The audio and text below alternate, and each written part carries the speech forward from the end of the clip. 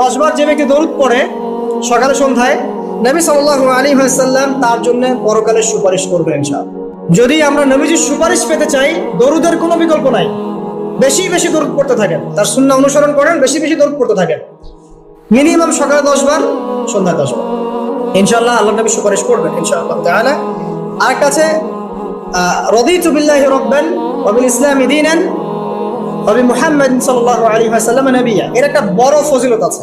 কি ফজিলত? যে ব্যক্তি এই দোয়াটা সকাল সন্ধ্যা 3 বার করে পড়ে, কিয়ামতের মাঠে আল্লাহ পাকের উপর হক হয়ে যাবে, ওয়াজিব হয়ে যাবে, আল্লাহ ওই ব্যক্তিকে সন্তুষ্ট করে দিবেন ইনশাআল্লাহ। সন্তুষ্ট করে দিবেন মানে কি? ইনশাআল্লাহ সে জান্নাতে যাবে।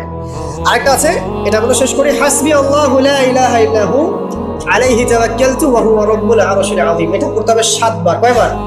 7 বার। তাহলে কি হবে? আপনার দুনিয়া আখিরাতের যে চাওয়া পাওয়াগুলো আছে, এর জন্য আল্লাহ পাক আপনার জন্য যথেষ্ট হয়ে যাবে, কাউকে লাগবে না।